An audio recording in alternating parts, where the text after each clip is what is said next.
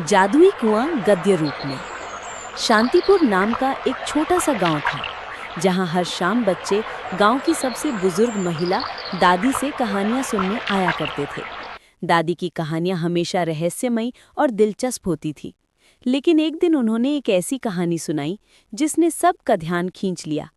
उन्होंने बताया कि गांव के बाहर एक पुराना कुआं है, जिसे लोग जादुई कुआं कहते थे। मान्यता थी कि जो भी व्यक्ति सच्चे दिल से उस कुएं में कुछ मांगता, उसकी मुराद जरूर पूरी होती थी। लेकिन एक शर्त थी, कुएं के पास कोई लालच या झूठ लेकर नहीं जा सकता था, वरना उसकी मुराद कभी पूरी नहीं होती। गांव के एक 12 वर्षीय लड़के आरव ने जब ये कहानी सुनी तो वो बहुत प्रभावित हुआ। उसके पिताजी कई महीनों से बीमार थे और परिवार बहुत चिंतित था।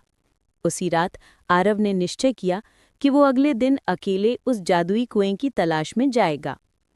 सुबह होते ही वो बिना किसी को बताए जंगल की ओर निकल पड़ा।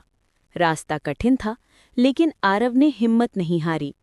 काफी देर चलने के बाद वो एक सुनसान जगह पहुंचा, जहां बेलों से ढका एक पुराना कुआं दिखाई दिया।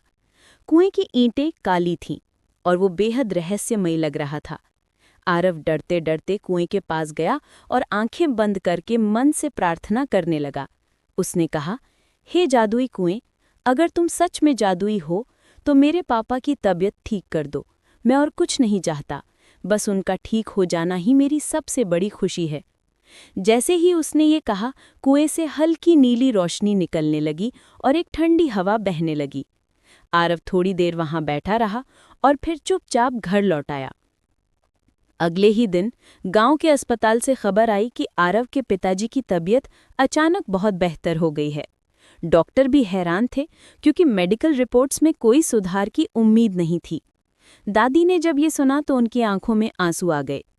आरव ने मुस्कुराते हुए धीरे से कहा, शायद जादुई कुएं ने मेरी सुन ली। दादी ने उसे गले लगा लिया और कहा, बिल्कुल बेटे, सच्चे मन से की गई प्रार्थना जरूर सुनी जाती है, लेकिन याद रखना, जादू हमेशा सच्चाई और अच्छाई के साथ होता है, लालच या स्वार्थ के साथ नहीं। इस कहानी से ये सीखने को मिलता है कि जब मन से कोई प्रार्थना की जाती है और उसमें निस्वार्थ भावना हो, तो प्रकृति भी उसका उत्तर देती है। जादू किसी चमत्कार का नाम नहीं, बल्कि सच्चे मन, विश्वास